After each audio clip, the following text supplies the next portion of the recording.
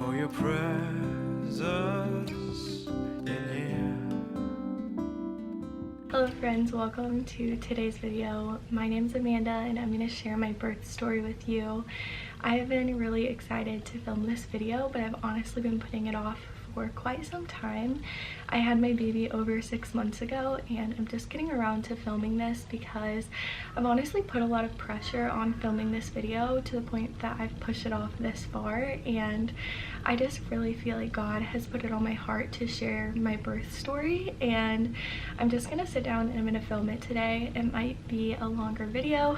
I have my coffee here if you want to grab a coffee or something to sip on as we just chat. I'm gonna just start at the very beginning. So my husband and I found out that we were pregnant in November of 2023 and we were super excited. We were trying to get pregnant and we were just super over the moon when we found out that we were expecting our first baby. And we actually waited to find out the gender until I was 20 weeks pregnant. At the anatomy ultrasound, we found out we were having a baby girl. Honestly, my pregnancy was very smooth, especially at the beginning. I did have some sickness, some nausea, but it was never bad to the point of like throwing up or anything like that. I've definitely seen and heard of people having much worse cases of nausea, so I'm really grateful to have had a pretty good pregnancy.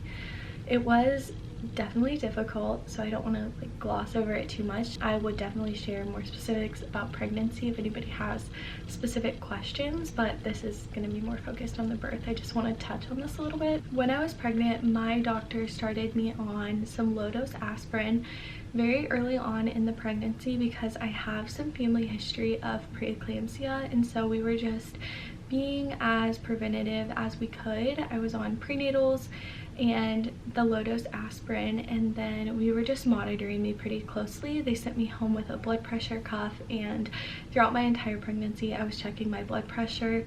I was watching it less frequently in the first and second trimester, but then towards the end of the second trimester, beginning of the third, I was checking my blood pressure very regularly. Towards the end of my third trimester, my blood pressure started to creep up a bit. They were still within the normal range, but they were a little bit higher than what they normally would be for me and for my body. Along with my feet were swelling and my ankles were swelling.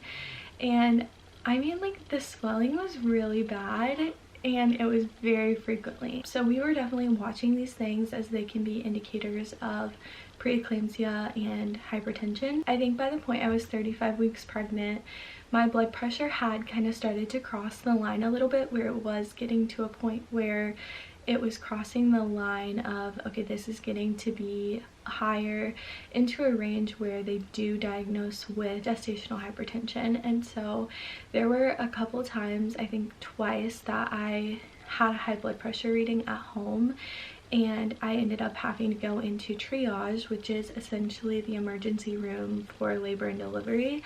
And I had to just be monitored and have the baby be monitored to make sure that everything was okay. Everything ended up being totally fine. I actually don't even know if I had high blood pressure readings in office or in triage.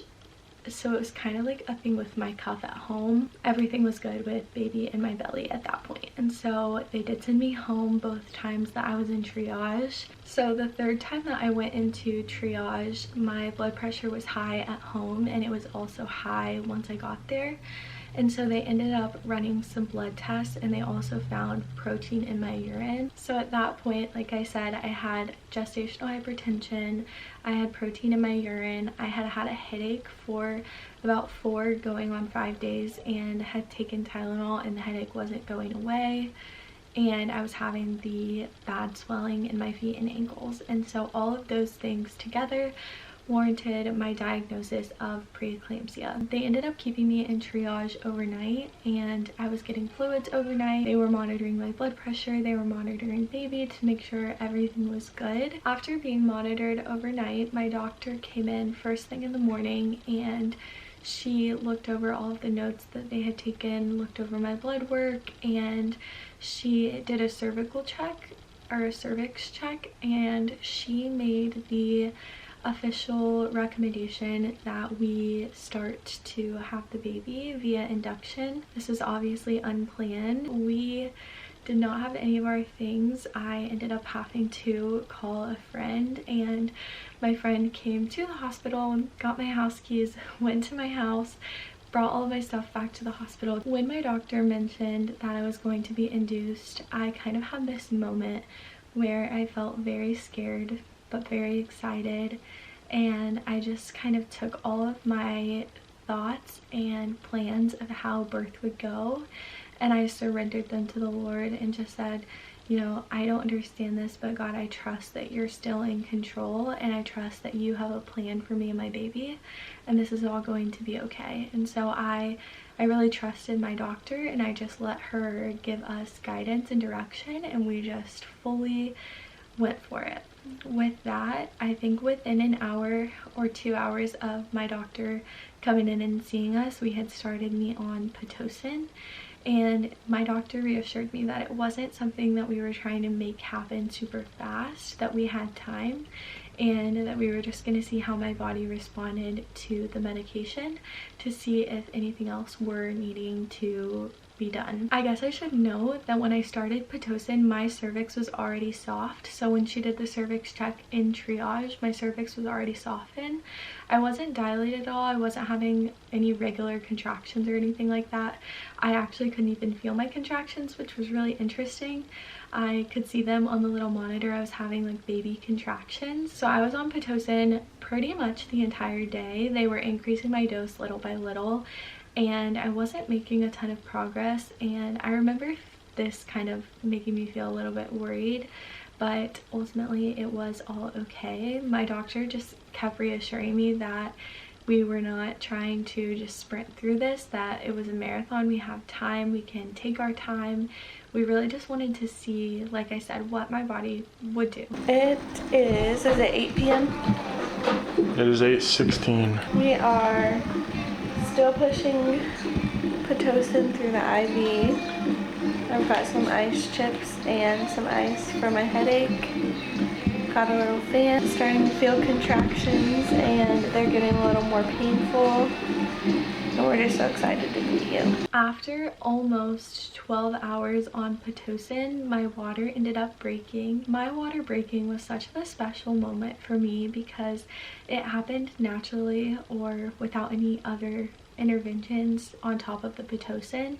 And this just felt so special because I always wanted to have that spontaneous start to labor, and I know that it wasn't completely natural because I was on Pitocin, and it wasn't entirely spontaneous because I was being induced, but the fact that my water did break on its own without any other interventions felt like a little gift from the Lord. I had heard it described as like a rubber band snapping, and I remember feeling that, and that was like really exactly what it felt like for me. I was sitting on the birth ball and I felt it, and I went to the bathroom and I was like, oh my goodness, like this is it and it's happening. And I remember in that moment feeling so excited. I sat on the peanut ball, or the bounce ball, the birth ball, and literally immediately I felt like what people describe as like the breaking of the like rubber band.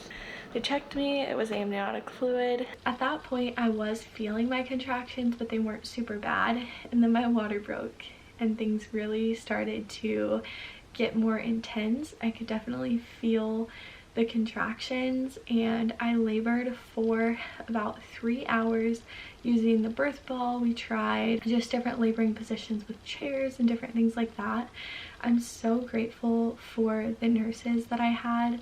They were so incredibly helpful. I had been planning on like watching some online birth videos, like not like a birth class, but just some like free resources, and so I was gonna use those, but I was only 36 weeks pregnant, and that was on my to-do list for later on, and so I never had gotten around to doing that. And I just told my nurses very upfront from the beginning, I'm going to need help because I'm a first-time mom. I've never done this before, and I'm not exactly prepared in the sense that I didn't go to any classes or anything like that. I had really good nurses that helped me out along the way, that taught me how to use the birth ball, and they taught me different positions, and they taught my husband how to do counter pressure to help with contractions, and it just everything ended up working out the way it was supposed to, and that's just the theme throughout all of this, that even though it wasn't my plan, that God was in control and everything was happening exactly how it was supposed to happen. So after my water broke, I think I said, it got really intense. I labored for 3 hours and then I requested the epidural because at that point I had been laboring for 3 hours. My contractions were super intense and my body wasn't really progressing, and so I knew that it was going to be a long game and that I needed to have some pain management. So Amanda just got the epidural and these are the contractions. But thankfully she can't feel them anymore as much. I'm gonna try to take a nap. Trying to take a nap. After getting my epidural, I was able to finally rest a bit. The contractions really weren't super painful at that point. The epidural definitely worked. I couldn't really feel them anymore, and so I laid down and I rested for a couple of hours. That was like the first rest I had really gotten, because being in triage all night, I did not really sleep at all. It was a couple hours after my epidural that I started to be able to feel the contractions again, and I could feel them coming on very strong once I did start to feel them. And then my body knew it was time to push. I was not expecting for it to all happen so quickly. Like, once I started feeling the contractions, I had my nurse come in and check me, and I think I was at like a 7 or an 8. So it is like 325 and they just checked her centimeters? Centimeters, yeah. 9 centimeters. And then within 30 minutes, my body just like, I almost couldn't stop my body from pushing. And so I called my nurse in again. They checked me and I was at a 10. And so they helped me get into position to push. After pushing for almost 3 hours, my sweet baby girl was born. We got Mama and Addie right here. So happy. She's a cutie. And it was just an overwhelming feeling of emotions and just being so excited to finally meet her. And my husband and I had several hours with her. We did the golden hour. I did skin on skin. He did skin on skin. We started breastfeeding, trying to figure all of that out, and it was just really, really special. I have so many fond memories of my labor and my birth, and just the whole experience was so beautiful. At this point, we had been in the hospital for over 24 hours, and I'm trying to remember, we ended up spending either 4 or 5 nights in the hospital. My daughter ended up having some health complications that I don't want to get into the specifics just for her privacy, but she was admitted into the NICU at our hospital and she was there for a little over a day, and so it was really difficult. I am so thankful that God was protecting my baby and that He healed my baby and that she was able to get out of the NICU and be back with us in such a short amount of time, and just so grateful that she has not had any other like health problems due to anything that had happened. God was fully responsible for her healing and just making sure that she is healthy and strong today. I want to touch a little bit on my experience breastfeeding as a first-time mom in the hospital. I'm gonna read some of this off of my notes just because I don't want to like make this a huge part of the video, but I do want to share. So we struggled with getting her to latch at first, but I did have the most amazing lactation nurses that were there to help all the way through the journey. We ended up having to introduce a nipple shield, and then we also did have to use donor milk for the first couple of days that we were in the hospital, and we were using a syringe and finger feeding method along with breastfeeding. So we were still attempting to breastfeed for every feeding, but then we would also supplement with these different methods just to try to ensure that she was getting enough, especially as a preemie. It's really important to make sure that they're getting enough so that they don't lose too much weight. My milk transitioned in 2 days, and then the next day after that we were able to stop using donor milk and we were able to use milk that I was pumping. Her latch was improving. We were still using the nipple shield, but she continued to gain weight, which was a huge answered prayer.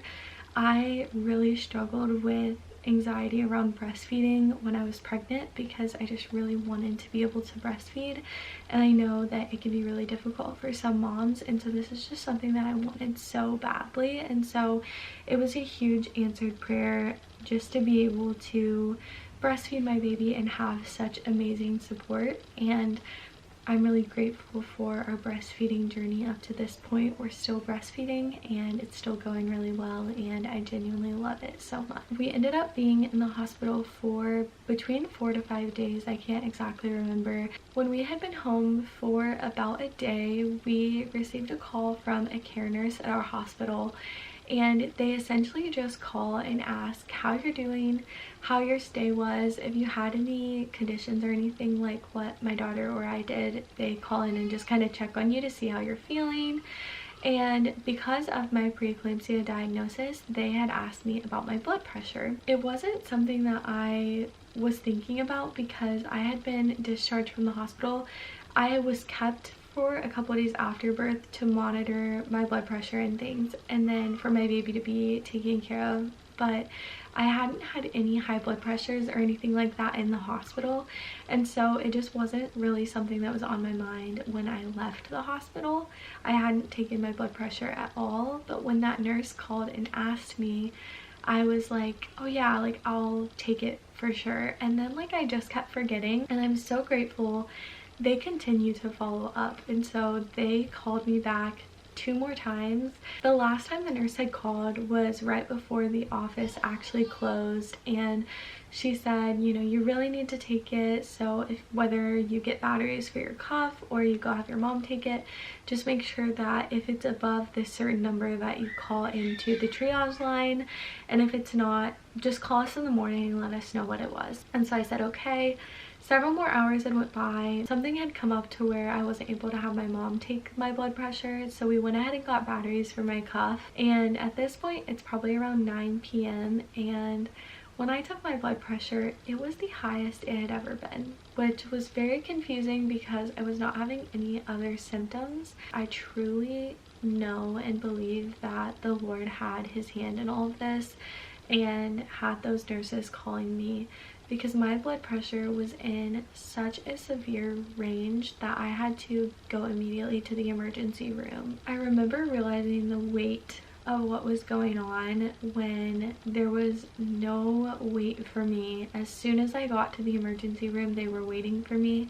They got me back and they immediately started an IV and started treating me. My blood pressure was even higher from when it was at home to when I got to the ER. After being admitted into the ER, I was readmitted into labor and delivery to be monitored and to be given medications. After being monitored in labor and delivery, I was able to go home, and by the time I went for the follow-up appointment, the medication had continued doing what it was doing. My numbers were back in a normal range, and within a month I was able to wean off of the medications that they had put me on, and praise the Lord, everything stayed normal even after weaning off of that medication. And so I'm just so thankful that the Lord had his hand on me and that he used those nurses to just ensure that I was taken care of, because it was a little bit of a late onset postpartum preeclampsia situation and I didn't have any other symptoms. And so I truly just believe that it was all God who made sure that I was taken care of and made sure that everything was okay, and ultimately helped to heal me and just make sure that I was given the treatment that I needed. And now here I am about 6 months later, and everything is still going really well health-wise. Me and my daughter are both healthy, praise the Lord. I am just so overwhelmed by his faithfulness throughout this season of motherhood, through my labor, my delivery, my postpartum experience. I truly have felt the presence of God in my life in a whole different way than I had ever experienced before having a baby. I'm just really happy to be able to share my story with others and hopefully encourage others that even when things don't go to plan or your expectations might be different from the circumstances that you find yourself in, that you just remember that God is in control of your life, that He has a plan, and that He's going to work everything out for good. If you have any questions about my pregnancy, my birth, postpartum, anything like that, put them in the comments. I would love to make more motherhood related content or answer your questions in the comments. Hopefully this video isn't too long. I did a lot of talking and not a lot of drinking, so I'm gonna go spend some quality time with my family, drink my coffee. I hope you guys enjoyed this video, and I'll see you in my next one. Bye. For your presence